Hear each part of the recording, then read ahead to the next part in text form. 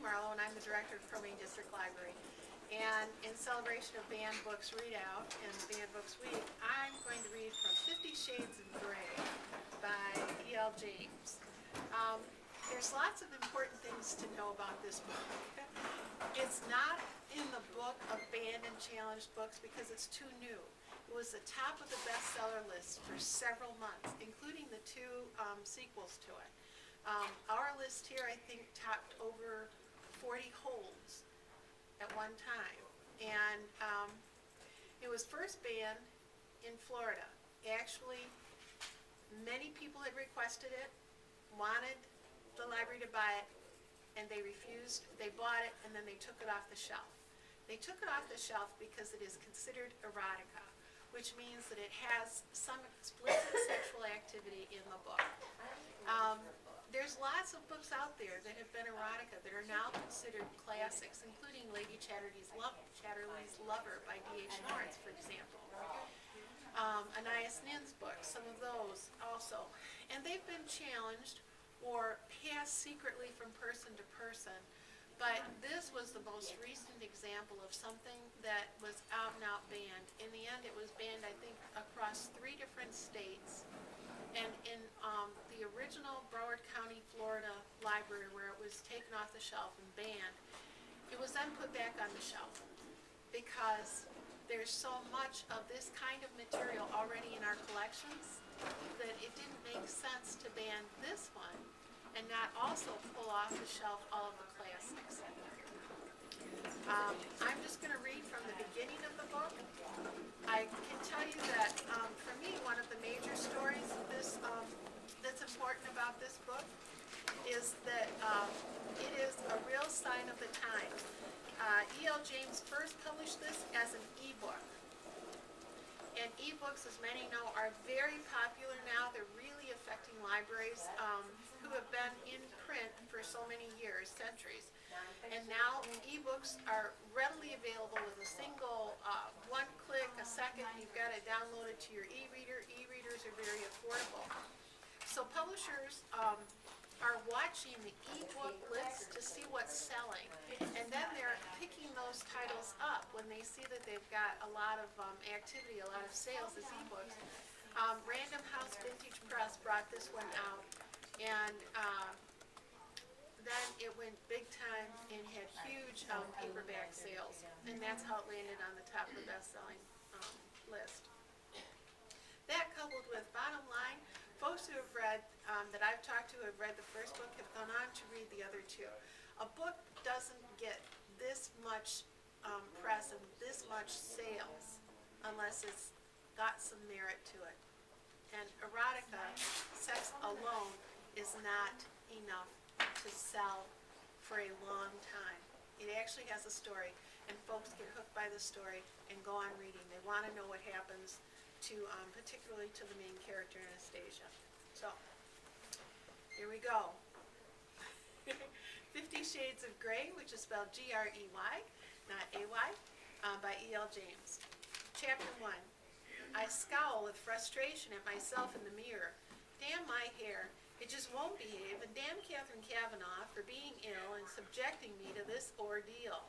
I should be studying for my final exams, which are next week. Yet here I am trying to brush my hair into submission. I must not sleep with it wet. I must not sleep with it wet. Reciting this mantra several times, I attempt once more to bring it under control with the brush. I roll my eyes in exasperation and gaze at the pale, brown-haired girl with blue eyes too big for her face staring back at me, and I give up. My only option is to restrain my wayward hair in a ponytail and hope that I look semi-presentable. Kate is my roommate, and she has chosen today, of all days, to succumb to the flu.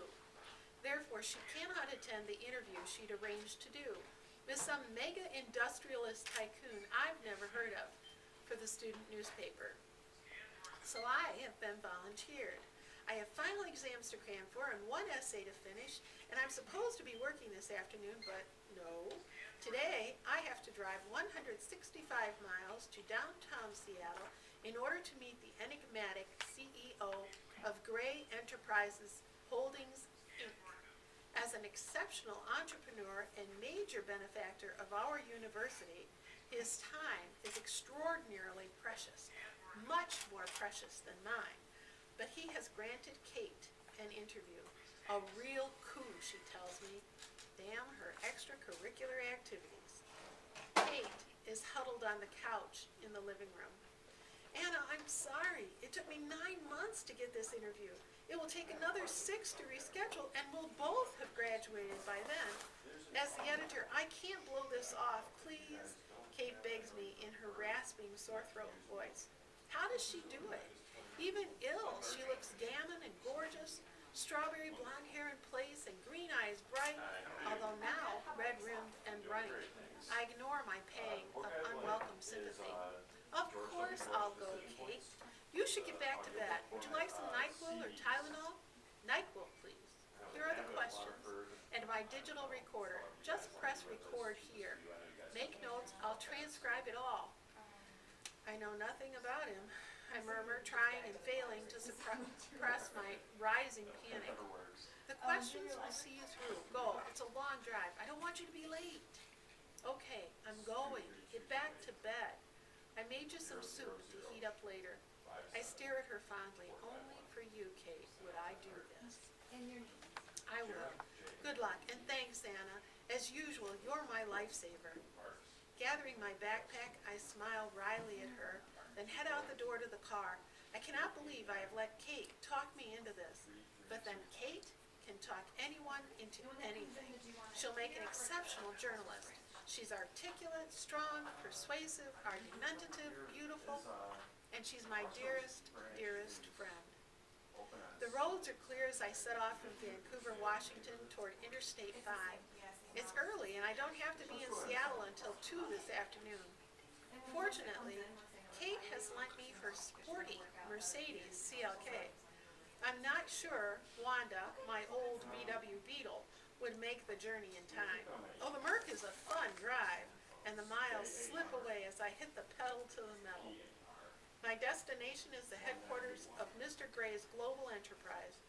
It's a huge 20-story office building, all curved glass and steel, an architect's utilitarian fantasy with Gray House written discreetly in steel over the glass front doors.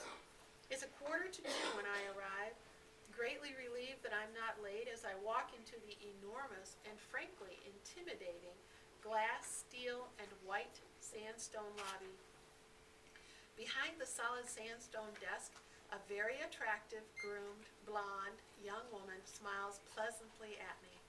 She's wearing the sharpest charcoal suit jacket and white shirt I have ever seen. She looks immaculate. I'm here to see Mr. Gray. Anastasia Steele for Catherine Kavanaugh. Excuse me one moment, Miss Steele.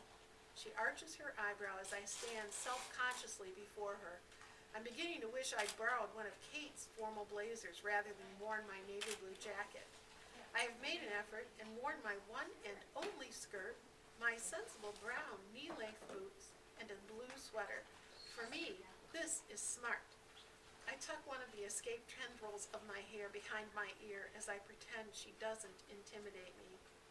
Miss Kavanaugh is expected. Please sign in here, Miss Steele. You'll want the last elevator on the right, pressed for the 20th floor. She smiles kindly at me, amused, no doubt, as I sign in. She hands me a security pass that has visitor very firmly stamped on the front. I can't help my smirk. Surely, it's obvious that I'm just visiting. I don't fit in here at all. Nothing changes. I inwardly sigh, thanking her. I walk over to the bank of elevators and past the 2 security men who are both far more smartly dressed than I am in their well-cut black suits. The elevator whisks me at terminal velocity to the 20th floor. The doors slide open, and I'm in another large lobby, again, all glass, steel, and white sandstone. Me too. I'm confronted by another desk of sandstone and another young blonde woman, this time dressed impeccably in black and white, who rises to greet me. Miss Steele, could you wait here, please? She points to a seated area of white leather chairs. Behind the leather chairs is a spacious glass-walled meeting room with an equally spacious spacious, dark wood table, and at least 20 matching chairs around it. Beyond that, there is a floor-to-ceiling window with a view of the Seattle skyline that looks out through the city toward the Sound. It's a stunning vista, and I'm momentarily paralyzed by the view. Wow. I sit down, fish the questions from my backpack, and go through them, inwardly cursing Kate for not providing me with a brief biography. I know nothing about this man I'm about to interview. He could be 90 or he could be 30. The uncertainty is galling and my nerves resurface, making me fidget. I've never been comfortable with one-on-one interviews, preferring the anonymity of a group discussion where I can sit inconspicuously at the back of the room. To be honest, I prefer my own company, reading a classic British novel, curled up in a chair in the campus library, not sitting twitching nervously in a colossal glass and stone edifice. I roll my eyes at myself. Get a grip, Steele. Judging from the building, which is too clinical and modern, I guess Gray is in his 40s, fit, tanned, and fair-haired to match the rest of the personnel. Another, elegant, flawlessly dressed blonde, comes out of a large door to the right. What is it with all the immaculate blondes? It's like Stepford here. Taking a deep breath, I stand up. Miss Steele, the latest blonde asks. Yes, I croak and clear my throat. Yes, there, that sounded more confident. Mr. Gray will see you in a moment. May I take your jacket? Oh, please, I struggle out of the jacket. Have you been offered any refreshment? No. Oh dear, is blonde number 1 in trouble? Blonde number 2 frowns and eyes the young woman at the desk. Would you like tea, coffee, water? She asks, turning her attention back to me. A glass of water, thank you, I murmur. Olivia, please fetch Miss Steele a glass of water. Her voice is stern. Olivia scoots up and scurries to a door on the other side of the foyer. My apologies, Miss Steele. Olivia is our new intern. Please be seated. Mr. Gray will be another 5 minutes. Olivia returns with a glass of iced water. Here you go, Miss Steele. Thank you. Blonde number 2 marches over to the large desk, her heels clicking and echoing on the sandstone floor.